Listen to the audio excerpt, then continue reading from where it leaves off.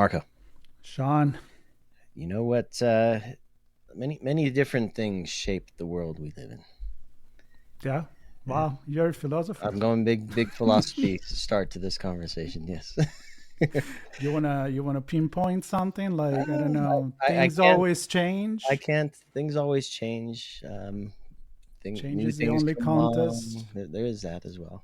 Yeah. But I can't help but pick on the fact that we all three love to play music, and we're always. It seems like we haven't had a deep chat yet, but we all like to experiment and explore and test new technology. Um, Business is the same, right? Business is trying to do new things, and they try to experiment and see where they can take the business and use new technologies to do that. And of course, there's the other side of the business, the bad actors that do the same. They like to experiment and try out new things and see what they can accomplish using new Yeah. technologies. And if you want to go philosophical, that's just Yeah, the way humanity and relationship and society works. There is always that exactly. that that friction, the good versus evil, and the never-ending battle. But to go back to what you said, especially music, technology, cybersecurity, you just can't get it done once and then sit on it, right? It's a Exactly. like we were saying, is a constant changing, and so I'm very excited about this conversation actually with Michael, which is someone that for the first time on the show. So I say, Sean, let's give him some room to introduce No, himself. we've run in the high trust circles for a long time True. in parallel, never cross paths. I'm thrilled to have you on the show, Michael. Hey, thanks for having me. Yeah, I'm kind of the man behind the curtain in a lot There of you things go. that happen. So people don't see me often, but I'm pulling a lot of levers. So That's it's right. kind of my role. I'm That's a good. principal in the innovation group at HITRUST. A lot of my focus is we have a new interesting challenge. We may not know how to solve it. It's my job to figure out what that solution might look like and then get a first pass at solving it. So today we're talking a bit about Cyber Threat Adaptive and that program and how that helps keep our framework current. And that's a prime use case for one of those hard to solve problems that need some ingenuity to get through. Yeah, Ingenuity. That's the magic word, I it think. is. Yeah. Yeah. So I'll go a little bit over what it is. So Yeah, you mentioned, you know, change is the only constant, right? That's the same thing in cybersecurity when we talk about threats. It's not always are they new threats, but are old tricks getting more popular? Are we seeing something that maybe died out and frequency rising up again? So we wanted a system that could look at and read sensor data about threat intelligence, breach data, looking at things like the MITRE attack catalog of threats and mitigations, detections to identify are there gaps in our core requirement selections for our E1 assessments and I1 assessments? And for those who may not be aware, those are our low and kind of medium levels of assessments that we offer. And the idea is that we want to have these core assessment requirements be reactive and cover well the rising threats we're seeing through our threat feeds. yeah, and I think the what might be good to maybe touch on the E1 and the I1 in terms of their definition and their objectives. So R2 is the gold standard in the industry. It's also the gold standard of the three in the high trust world as well, um, where organizations look at their policies, look at the rules they have to follow, put controls in place, and then have that environment scoped out and assessed to determine how well they're meeting the level. And that's where the three levels come in. So maybe with Sure. respect to threats, because I think it's interesting. One can have a policy driven by compliance. One can have a set of rules they want to abide by from an internal perspective, and then they apply the controls. But then there's the reality of the bad actors are creative and looking for new ways. So I'm really curious how the cyber threat intelligence and cyber threat adaptive help you define the levels and the I guess the scoping of the controls for that matter. Sure. So philosophically, we have the E1, which is our smallest requirement selection, which should be really focused around the core required hygiene to be a safe operator in this world, right? It's meant for maybe a lower risk profile. Maybe you're not looking at getting FedRAMP certified, but you need some way to demonstrate that you do the basic hygiene things And part of our opinion on what is basic hygiene must be responsive to ongoing and current threats. So right now it's 44 requirements that we've looked at, and we look at our threat data and we say, hey, we're seeing an uptick in these 10 threats. Do we have coverage in the E1? If we don't, then we'll add that into the E1 and make that change to it. The I1 is larger. It's for people further along in their cybersecurity journey. It's 182 requirements right now and actually serves as the core of the R2 assessment.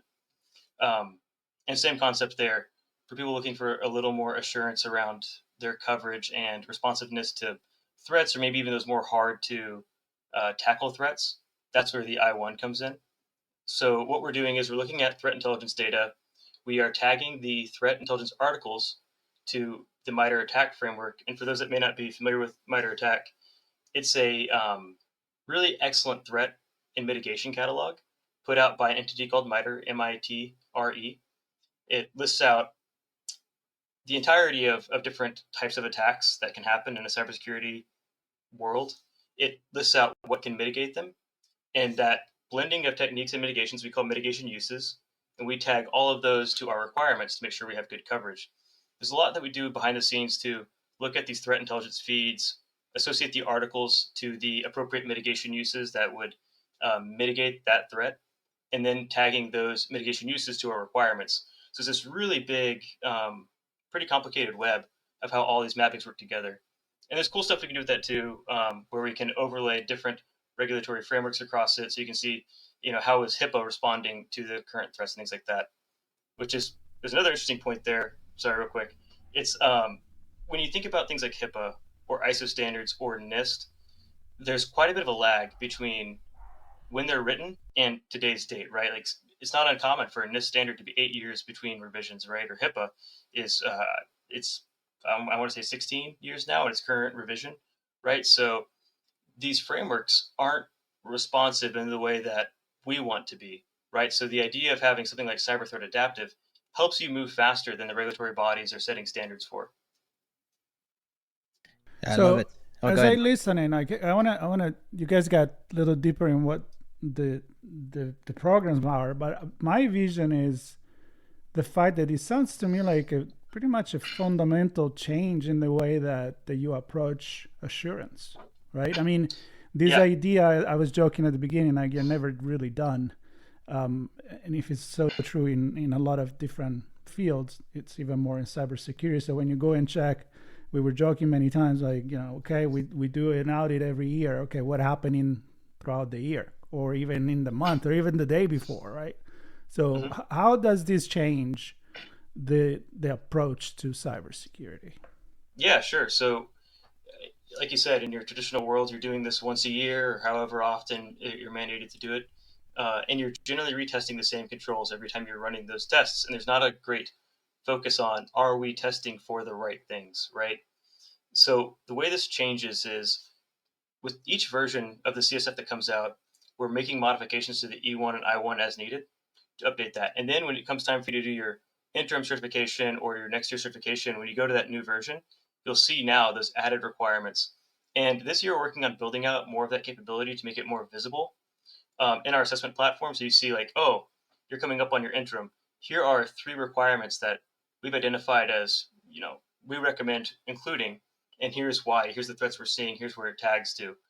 So it's just making it a more of a living sort of framework that adapts to threats in real time. And right now, we're doing these quarterly because of the tooling we built and the agility we've gained. We're looking at moving more towards a monthly cadence for doing this analysis. And so many places to go with this. So this information, this intelligence, this the updates to the framework and how organizations look at it, it's a mindset that adapts to the program, and hopefully the program evolves and stays current with all of this. I'm wondering how teams two aspects here. One is, how do teams adapt learning from what you provide, and then how do the assessors adapt to validate, because I think it gives them a different perspective as well for what's really important, right? And then I have a million other questions, but I think those two for Sure. the start. Yeah, I think there's a few ways to answer that. I would say one way is from a getting comfortable with the change side of things. I think things like our quarterly and soon to be monthly reports on what the threat analysis is helps explain some of what we're seeing, some of the decisions we're making about how we're moving things in and out. So I think for an assessor, it becomes very clear and apparent why we're adding these requirements to their assessments, because it just makes sense. If you're seeing an uptick in this area, you want to be responsive to it, right? So that's the idea there. Um, sorry, I missed. There was a part of your question that I missed. So yeah, so that's the assurance, the assessor view, right? Where I think that transparency and visibility gives a sense of understanding and a sense of comfort, to know what they're looking at and why the certain controls and whatnot are there. How does it also help teams put their define their controls, implement their controls, manage their controls in a better way, I guess? Got it. Oh, I'll say that it takes some of the work, honestly, out of those teams, right? Because as we're doing the work on our end to update the E1 and the I1 by using our programs, by running the most current version of E1 or I1, you're getting the benefit of the work our team is doing to look at these threats and identify what needs to be moved in and out, right? So it's not something that a team leveraging the E1 or I1 would need to do in a uh, intentional way, right? You get it by proxy of using our frameworks, which I think is a really really cool thing, right? I was talking to one of our partners recently, where they're wanting to do some work where they were trying to stand up some work around looking at standards and mapping it between these different areas. And I realized it's a core functionality that HITRUST has. I don't think a lot of organizations have, where we're looking at all these different regulatory frameworks, sources of data, threat intelligence feeds to deliver a unified view of what a good cybersecurity hygiene looks like. So I think it's kind of a really neat thing that you just get by proxy of being in the HITRUST world. And can you touch on, because the one thing that really struck me, and I know that High Trust has been doing a lot with insurance brokers and providers to create better policies and get better coverage at reduced rates. Um, but the full circle there is you're also looking at claims data, right? Which is not Yes, yeah, not just not just we see this activity from the bad actors, but we're actually seeing where things have gone through, not necessarily through a high trust customer, but generally claims data to say these ransomware attacks have succeeded, these phishing attempts have succeeded, these bypasses of whatever identities and access control have succeeded, and therefore, in addition to just the threat activity, the breach activity helps us define what really matters. So, can you kind of paint that picture there for yeah, me? sure. So as part of the whole Cyber Threat Adaptive or CTA data ecosystem, I've talked a lot about the likelihood, right? Which is the frequency. How often are we seeing these attacks occur? There's the other side, which is the impact, right? And there's two ways in which we try to get that through CTA. The first is, as you said, cyber claims data. We're still working through exactly how that plugs into the system. We have a few conversations ongoing with some willing providers of that data, but effectively, you got the right idea. We're going to overlay those breaches with the techniques that are used to uh, succeed in those attacks, and then identify like what's a dollar amount or a operational impact to a successful attack. The other thing that we're doing, and we're doing this right now, is we have a few RSS feeds that we scan automatically and then use some AI to parse through and identify things around data breaches and cybersecurity incidents. So publicly posted things like that to help identify, who was affected, what industry was affected, how impactful was that breach. So we're doing some of that right now. So it's two ways in which we can bring in that impact vector. All right, I'm gonna bring it up. AI. Yeah, yeah. Now, come on. So so we use AI quite a bit at HITRUST to do a wide variety of things. A lot of our work is mapping this thing that's pretty close to this thing and finding out in this haystack where are those things meeting. Now we use AI to do our first pass to get those linkings, but then we always have a human review. Actually, there's 3 levels of human review on every piece of mapping that we do. to validate that whatever we got back from the AI is complete and accurate. And if it's not, we have the tools to supplement that with human-driven linking and mapping. So it's been a hugely successful tool for us. I don't think we could do a lot of what we do without that as that first pass, but it's definitely not the last pass. And we've but I think you would be foolish to try to run it all on AI right now. So I really like the approach we've taken to use it as a great tool and kind of a first line reviewer, but then knowing that there's a very technical human piece to it that needs to occur. And that's on your side, but in terms of what do you see the adversary using AI in Oh, the sure, report? yeah. So there's I mentioned MITRE attack. It's a older, more mature framework around non AI attacks. The other source that we're pulling in now is called MITRE Atlas, which is MITRE's AI technique and mitigation catalog as well. We haven't collected a ton of data on this yet, just because I think that the threat sensors are working on kind of filling that pipe up for us to map to. But we're now watching that, and there are some pretty serious threats that can occur, whether from an AI attacker doing something like spear phishing, like very targeted spear phishing, where they can impersonate users, and it used to be if you wanted to spear phish, it's one person sitting there in Outlook actually sending emails and responding, and it's a human running that. But now you can have an LLM actually run that process, and it's a pretty scary thing, especially when you consider phishing. Right, it's the number one attack vector for getting in. It's something like 70% of all breaches start with some sort of social engineering, and oftentimes that's phishing. Right? Um, yeah, it's a scary thing. On the other side of that, you have a lot of people now adopting these foundation models, right? These LLMs and these um, AI based agentic type systems where they're letting an LLM start making decisions or uh, have access to data that they have to be careful about what would an adversary interacting with your LLM be able to extract or change, right? Especially when you talk about I don't know if you guys have seen much about tools based agentic AI recently, but it's the idea is that you can define what a tool looks like for your agent, and based upon user feedback, it executes the tool. So, for instance, you could have a tool that reads off a database, right? And its job is really to check is my order running on time?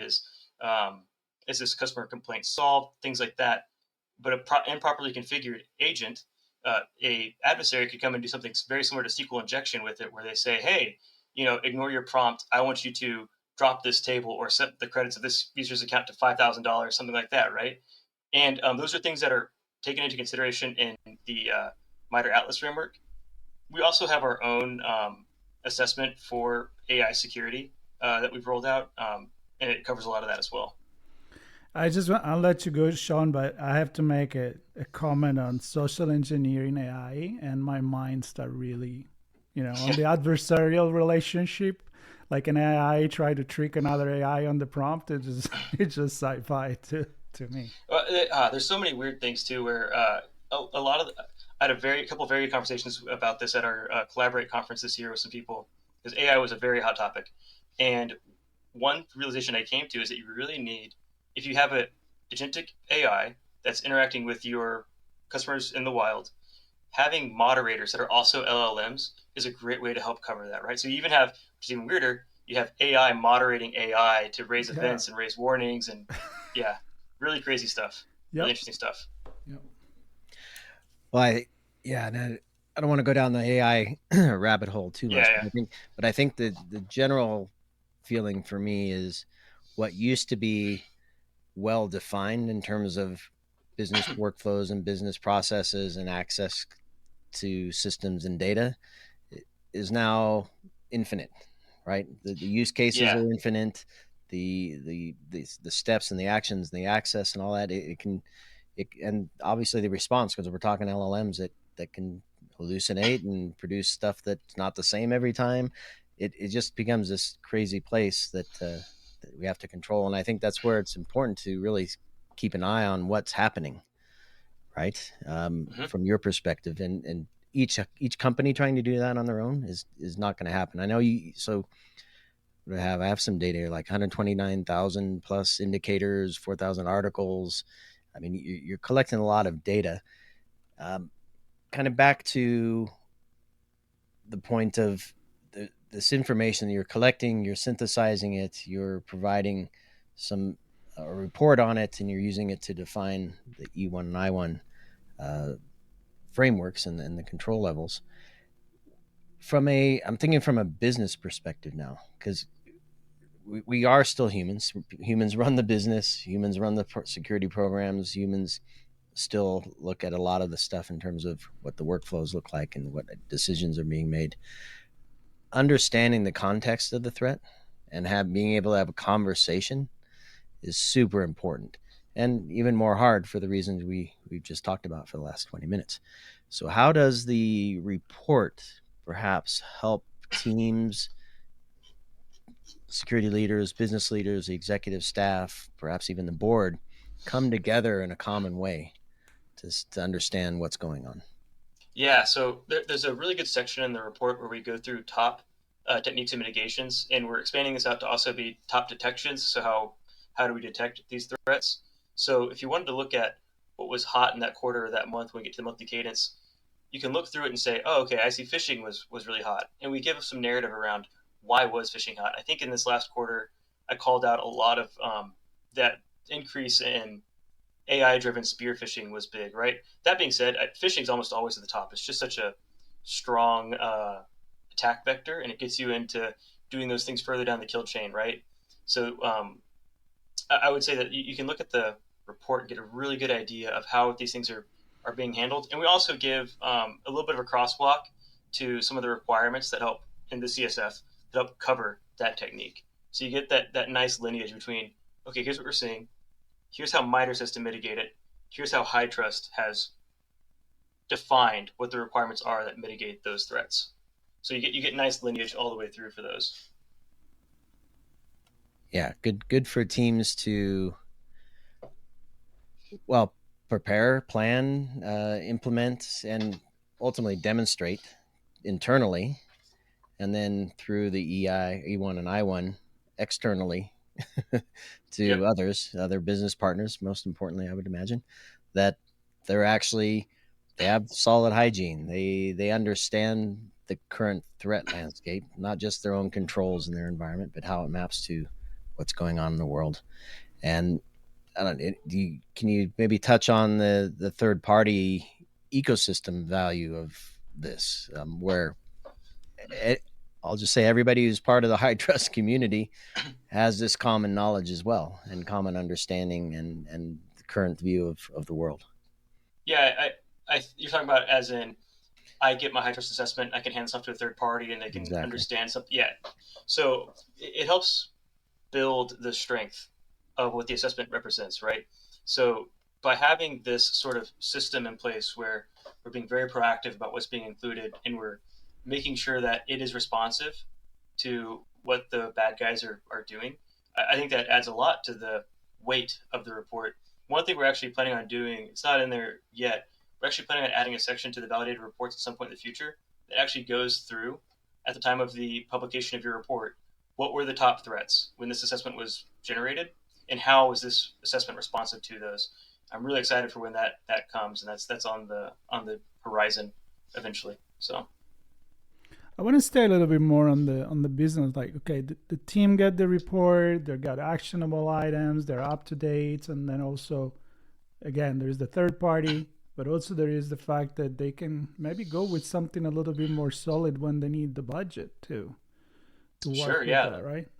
yeah. Let's say that you get your report and you look at it and you say, you know what, I did a great job covering user training around phishing or what have you, but man, I'm seeing it be far and away the number one attack for this quarter. Maybe I go more than implemented. Maybe I look at those measured and managed maturity levels when I'm doing the assessment. Maybe I really invest in this space to make sure that I'm not just responsive in the implementation sense, but I'm really checking it and getting uh, a lot of assurance that I'm actually meeting this threat where it is. And it might be slightly out of scope here, and you can tell me we'll skip that for now. But controls generally oriented around protection and detection, but there's also the response and recovery elements of this. And so I'm wondering how the data from the CTA perhaps helps teams prepare for incident response, prepare for building out playbooks that are also current, and then giving them again the context to help them run through those playbooks to better handle an incident if one were to occur. Yeah, so I will say we have a good amount of coverage in the R1, especially around incident response, BCDR, all that kind of stuff. So you get that there. I suppose I will say that when you look at things like the increase in ransomware attacks and their success, right, it definitely makes you want to put more emphasis on those plans and tabletopping them and making sure that they actually work when you need them to. And I think that a report like this can help guide that, right? Maybe you do have the policy and the procedure, and you technically have implemented BCDR, but you're not at that point where you're truly running your tabletops and you know that it can work, right? Maybe this helps push you over that edge and gets you doing that, right? Right. And you were already mentioning throughout the conversation of things that will come up, like the fact that maybe the report will run every month, or other things that you want to implement. And I'm just thinking, like, I don't honestly, in today's world with these capabilities to have an adaptive mentality, I don't see any other way, honestly, to run a cybersecurity system. And I'm wondering also what others' idea may have come to you once you've seen the report, that they're like, oh, hey, you know what? This data is not just helping the HITRUST certification, but also help me and Michael and the team to do the next step. So I'm kind of like a questioning what's coming next and what inspire you this report to do. Yeah, there's a couple things that we can do that are really cool with this data that we've thought about, right? So one of the lenses that we're looking at it is from a regulatory perspective. So if somebody's gone through and said, you know what, we're GDPR compliant, and so I think we're good with everything we need to be. Because the HITRUST CSF maps to all these different regulatory sources, right? There's a really cool concept where we could overlay GDPR, all of its elements, and show how does it respond to the current threat landscape and where are the gaps between GDPR and the top techniques that we saw from this quarter, year, month, what have you. I think that's a really, really cool thing that I haven't seen from others. There's other people in the world that have done similar sort of work. Not many, but there's a few companies that have done something similar where they look at threats and try to tie it to a security framework. But that next step of saying, how does this compare to the thing that I'm going to get off the shelf somewhere else? I think that's a really cool lens to be able to explain to somebody like why this R2 that you did is more responsive than something else from some governmental body or what have you. And oh, I didn't know if you had something, Marco. So No, I go ahead.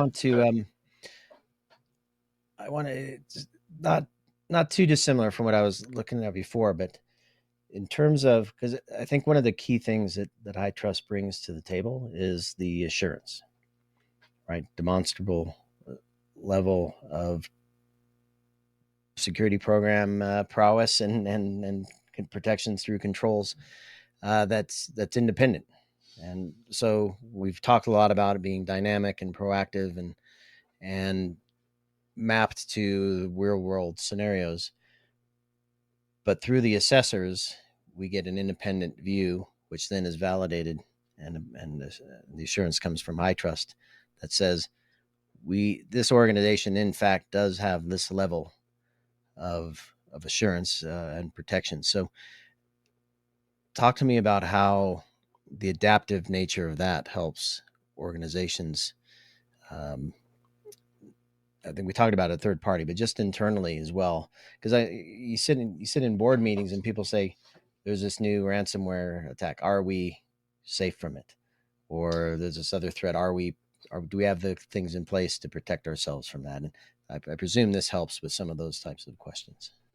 For sure, right? It makes it a much easier conversation with the board when you can say we're using a framework that's responsive. It's looking at best in class threat intelligence feeds. It's looking at real live breach data that's occurring, right?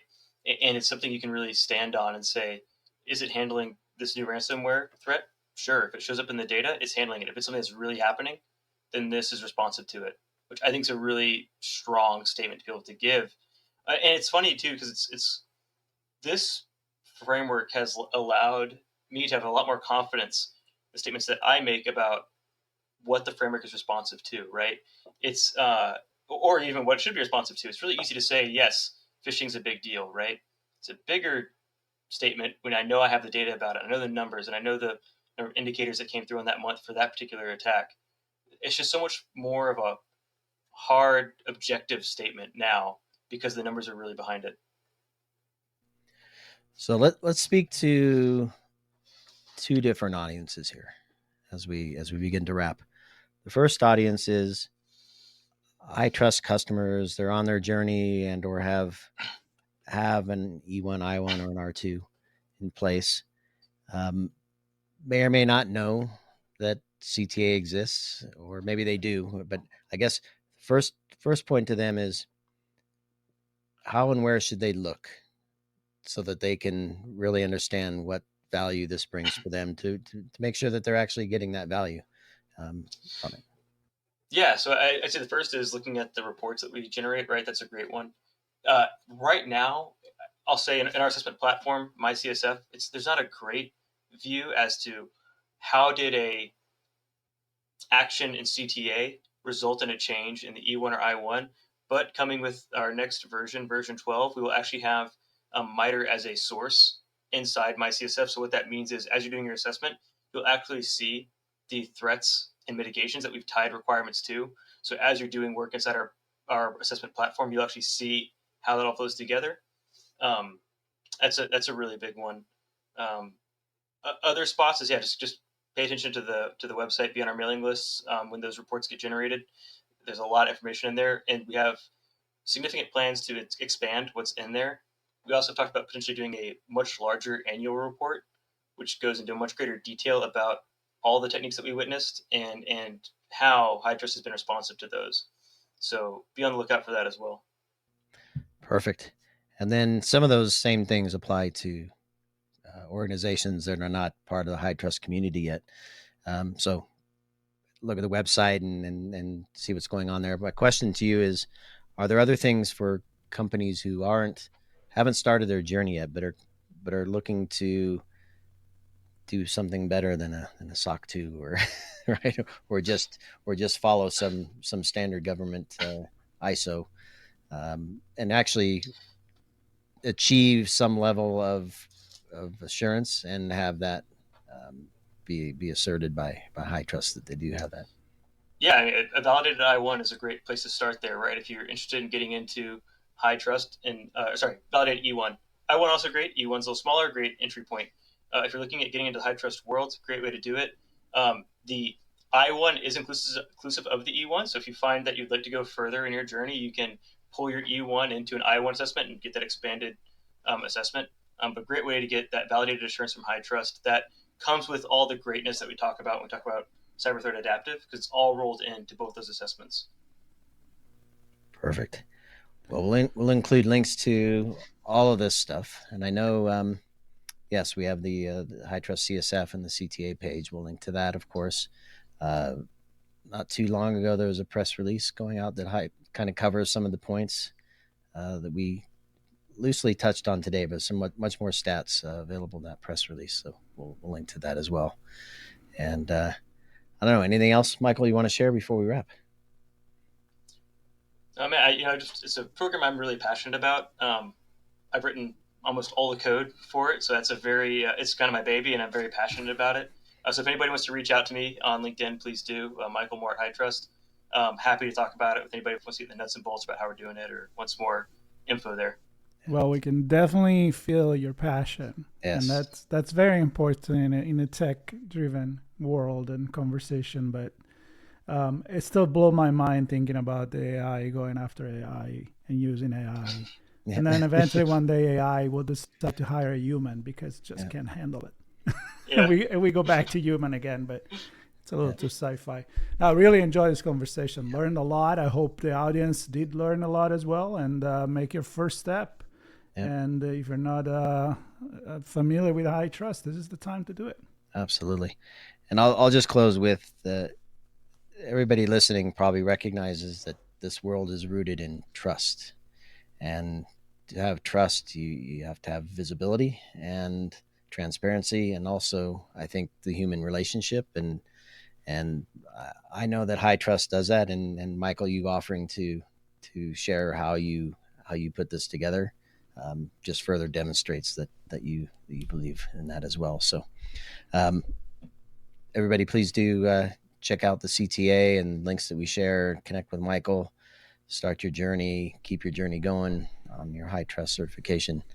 And we'll see you all on another brand story with HITRUST coming up soon, actually. So stay tuned, and we'll see everybody then.